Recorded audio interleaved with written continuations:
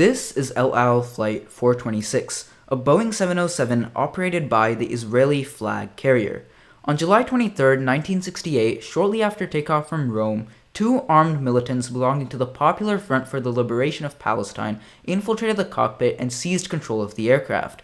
Taking control of the radio, one of the hijackers said, quote, "This is not El Al Flight 426 to Tel Aviv, this is Al Asifa Flight 707 to Algeria." Several Israeli citizens were held hostage in Algeria for 40 days, marking the longest ever hijacking of a commercial aircraft in aviation history. Although the hostages were eventually released and no one was killed, this was the beginning of modern air terrorism. Since then, there have been numerous hijacking attempts by the PFLP, but not a single one was successful. No El Al plane, nor any aircraft that left Israeli soil for that matter, had been successfully taken over since. This is a story of how Israeli aviation became the safest in the world.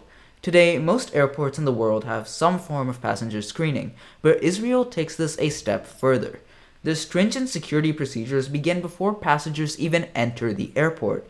You see, Tel Aviv's Ben Gurion Airport is not actually in Tel Aviv. Rather, it's about 25 kilometers from the city center, located adjacent to Highway 1, the only way in and out of the airport. This is ideal for them to place security checkpoints on the highway that all vehicles entering or exiting the airport must pass through. At this checkpoint, all vehicles are stopped and security guards will inspect passports and question passengers through the window. If they're even a tiny bit suspicious, your vehicle will be searched by Israeli soldiers. But this is just the beginning.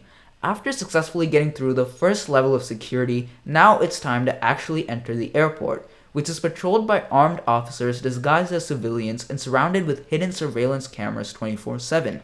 Once you enter the airport building, before you're even allowed to check in for your flight, you will be stopped by security once again. Here you will be asked the usual, such as the duration and purpose of your trip, and can expect your travel history to be heavily scrutinized. Not only that, but you will also be asked more detailed and personal questions, such as who paid for your ticket, when you booked your flight, who packed your bags, etc., as well as some rather unusual questions, such as which school did you go to, which city are you from, what's the meaning of your father's name, etc. These seemingly irrelevant questions are asked to ensure that no part of your story is being fabricated. The entire time, your body language, tone of voice, facial features, and mood are being closely monitored by highly trained security officials who can detect the slightest changes in any of those. This information is then cross-verified with law enforcement agencies such as the FBI, Scotland Yard, and Interpol. Once this is finished, your interviewer will place a barcode sticker on the back of your passport which contains the potential risk level of each passenger, with 1 being the least and 6 being the highest. Some factors taken into account to determine your risk level include your age, nationality, gender, travel history, and whether or not you're a solo traveler. Finally, it's time to check in for your flight. All checked bags are sent into decompression chambers that mimic the lower cabin pressure in the air, triggering explosives designed to detonate at higher altitudes. After check-in comes the next round of security. Here, passengers that received a higher risk level are taken into a separate line to await further questioning and screening in a private room, which includes having their carry-on luggage hand searched and being swabbed to detect explosives. If you are fortunate enough to not get flagged by Israeli authorities, it's relatively straightforward from here. All you have to do is pass through a simple set of metal detectors. You don't even need to take off your shoes and can carry as much liquids as you want, unlike the TSA in the United States, which strictly regulates how much liquids you can carry past security. Congratulations! Now that you've cleared the strictest airport security in the world, let's talk about the plane you're about to board. El Al aircraft are guarded at all times by security that closely monitor who is going in and out of the plane while it is at the gate.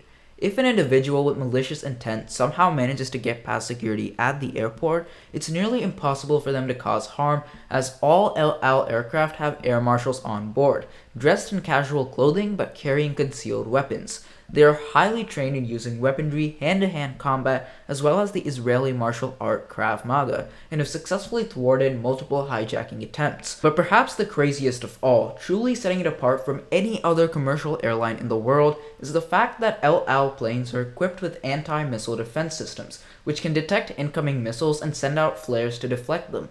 This has enabled Israel to safely operate aircraft into the country today despite their current ongoing conflict.